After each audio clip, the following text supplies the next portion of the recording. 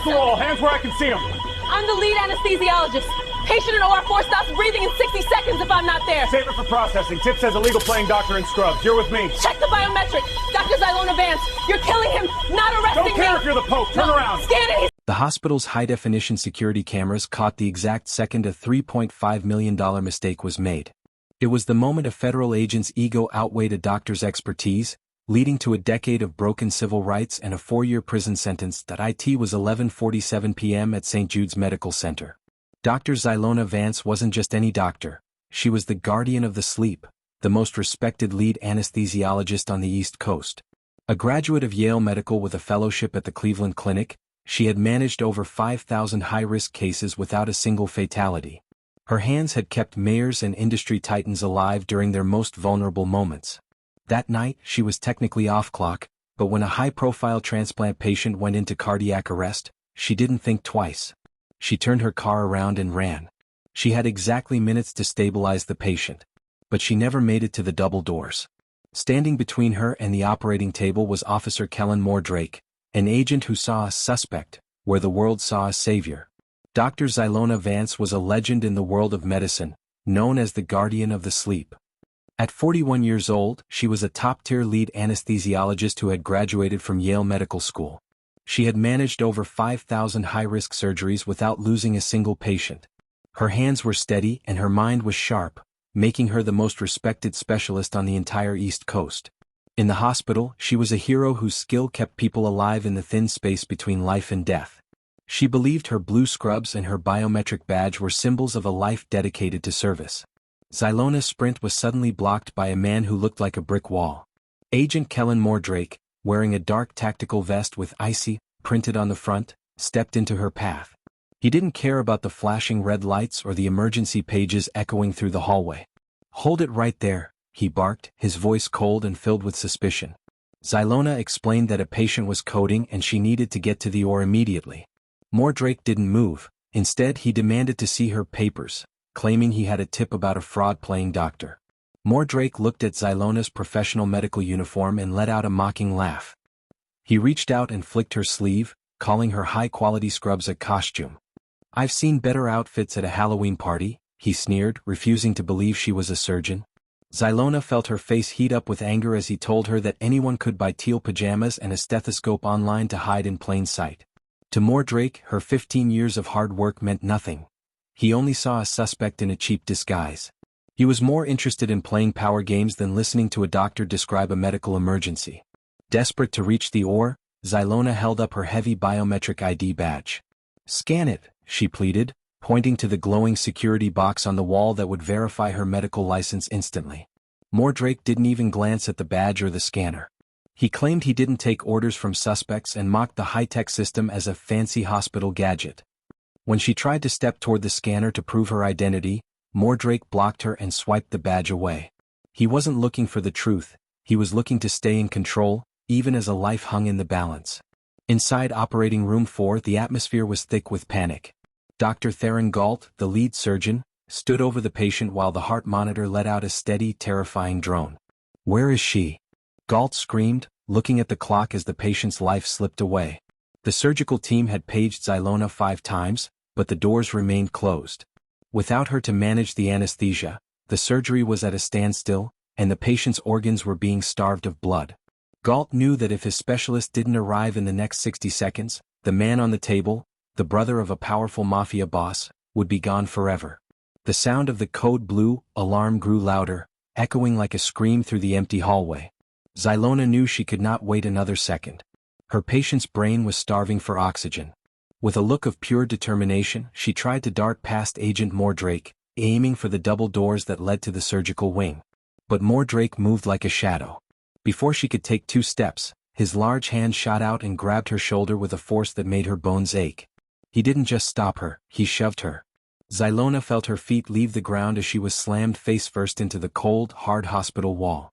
The impact knocked the wind out of her, and her cheek was pressed tight against the white tiles. "I told you to stay put," Mordrake roared. He leaned his heavy weight against her, pinning her so tightly she could barely breathe. He grabbed her wrists and yanked them behind her back. Xylona let out a small cry of pain, her forehead resting against the scanner that could have saved her if she had only been allowed to touch it. The metallic click-clack of handcuffs filled the air, a sound that felt like a death sentence in a place of healing. The steel rings bit into her skin, locking her hands together. Xylona struggled to turn her head, her eyes landing on the red emergency lights down the hall. "You're resisting a federal officer," Mordrake hissed into her ear, his breath hot against her neck.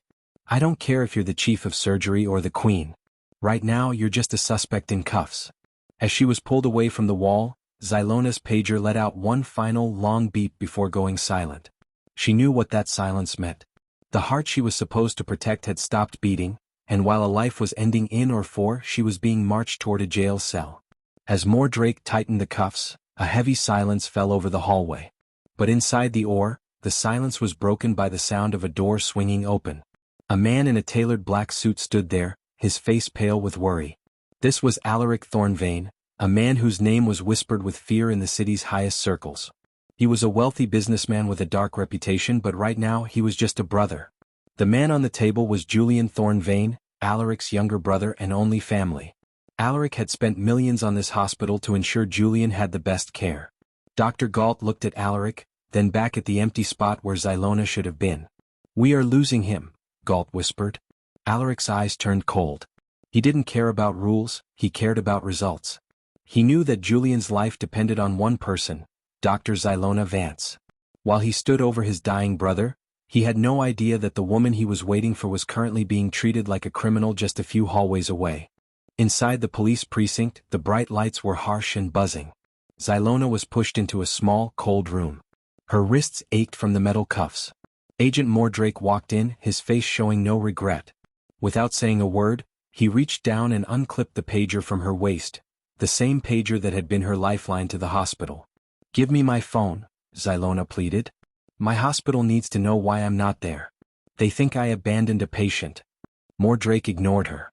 He took her smartphone from the table and tossed it into a plastic evidence bag.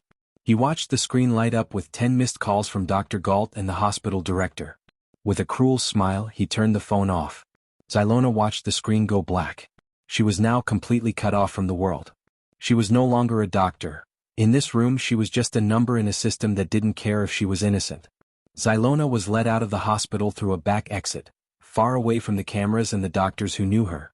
She was placed into the back of a dark transport van. The seat was hard plastic and there were no windows. As the van pulled away, she heard the distant, fading sound of a hospital siren. The sound felt like it was pulling a piece of her heart away. That siren meant an ambulance was arriving, or perhaps it was a signal of the chaos she had left behind. Every bump in the road made the handcuffs dig deeper into her skin. She closed her eyes and tried to imagine the operating room. She could almost see Julian Thorne-Vane on the table, his heart slowing down because she wasn't there to give him the medicine he needed. She was being driven toward a jail cell while her duty called her in the opposite direction. Back at St. Jude's, the battle was over. Dr. Galt stepped away from the table, his shoulders slumped in defeat. The monitors showed a flat line that wouldn't come back. Because Xylona wasn't there to manage the oxygen and the anesthesia, Julian's brain had been without air for too long. They had saved his life, but at a terrible cost. Julian was alive, but he would never wake up. The delay had caused catastrophic, permanent brain damage. Alaric Thorne-Vane stood by the bed, holding his brother's cold hand. The room was silent except for the hiss of the breathing machine. Dr. Galt walked over, his eyes filled with tears. "I'm so sorry, Alaric. We paged Dr. Vance, but she never showed up. We don't know where she is." Alaric's face didn't move, but his eyes burned with a dark, dangerous fire. He didn't believe in accidents.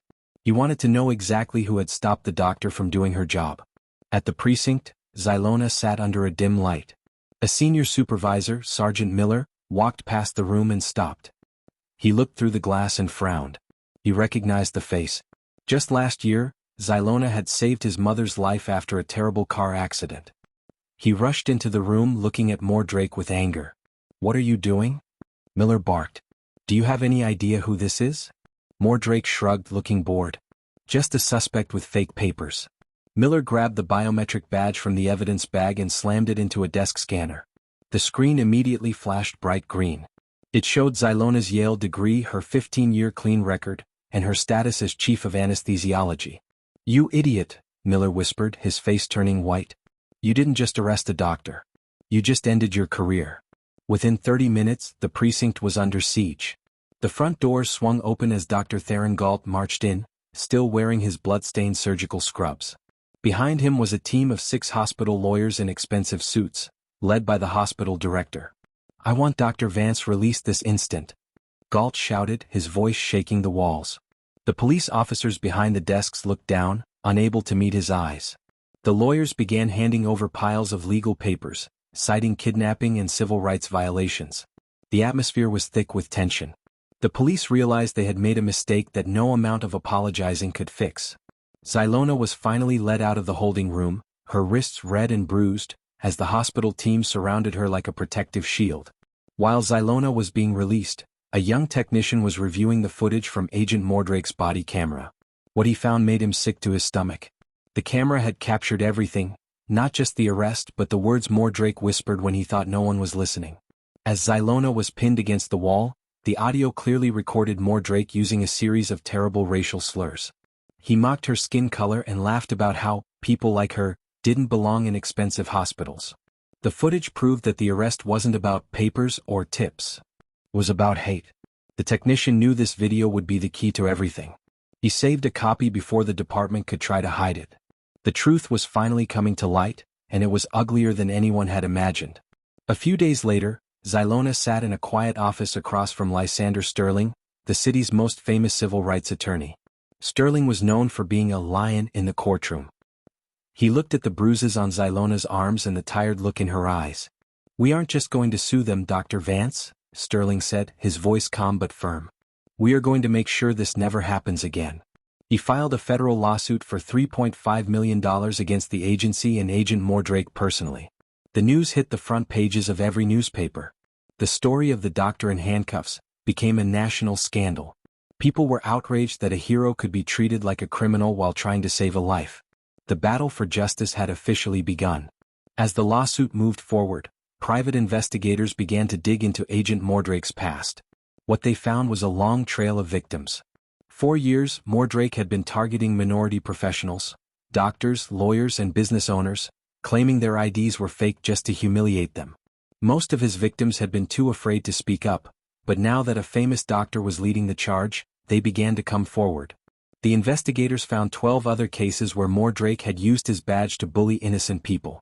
Each story was a new brick in the wall of evidence against him. It became clear that Mordrake wasn't just a bad apple. He was a predator who used his uniform as a weapon. One evening, Xylona received a visitor she didn't expect. Alaric Thorne-Vane sat in her living room, looking older and sadder than before. His brother Julian was still in a coma, and the doctor said he might never wake up.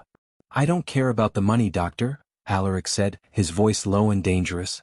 "But I care about what that man took from my family." He explained that he had used his own resources to find evidence that even the police couldn't get. He offered to share everything with Xylona's lawyer. He wanted a joint effort to ensure Mordrake never saw the sun as a free man again. Xylona realized that while they came from different worlds, they were both victims of the same man's ego. She shook his hand and a powerful alliance was formed. The day of the trial finally arrived. The courtroom was packed with reporters, doctors in scrubs, and members of the community.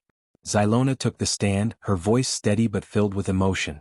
She spoke about this sanctity of the hospital, a place where it shouldn't matter who you are or what you look like. She described the sound of her pager and the feeling of the cold wall against her face. "I wasn't just a woman being arrested," she told the jury. "I was a doctor being stopped from saving a life. When you stop a healer, you aren't just hurting one person. You are hurting everyone who needs them." There wasn't a dry eye in the room. Even the judge looked moved as Xylona described the guilt she felt for the patient she couldn't reach. After only 2 hours of talking, the jury returned to the room. The air was so still you could hear a pin drop. The foreperson stood up and read the verdict. "We find the defendant, Kellan Mordrake, guilty of civil rights violations and official misconduct." The jury awarded Xylona the full $3.5 million. But the biggest moment came when the judge ordered Mordrake to stand. He was stripped of his badge and his gun right there in the courtroom. The ICE logo he had used to bully others was gone. He was no longer an officer of the law. Xylona took a deep breath, feeling a weight lift off her shoulders. The money was a victory, but seeing the badge taken away was the true justice. A month later, Mordrake returned to court for his sentencing. He looked small and defeated without his tactical vest. The judge didn't show any mercy. She spoke about how he had betrayed the trust of the public and caused permanent harm to an innocent patient. You used your power to destroy, not to protect, the judge said. She sentenced Mordrake to 4 years in federal prison for felony assault and official misconduct. As the bailiffs led him away in handcuffs, the same kind of cuffs he had forced onto Xylona, the courtroom erupted in cheers. It was a clear message to every officer. No one is above the law, and a badge is not a license to hate. Xylona didn't use the $3.5 million to buy a mansion or a fast car. Instead, she used it to start the National Medical Protection League. The organization was dedicated to protecting medical staff from profiling and ensuring that hospitals remained safe zones for everyone. She returned to the operating room at St. Jude's, but she was a different person now. She was still a brilliant doctor, but she was also a leader. Every time she clipped her biometric badge to her waist, she remembered the night that changed her life. She had turned a moment of pain into a legacy of protection. Dr. Xylona Vance was no longer just a guardian of the sleep. She was a guardian of justice, and her story would ensure that no doctor would ever have to choose between their dignity and their patient's life again.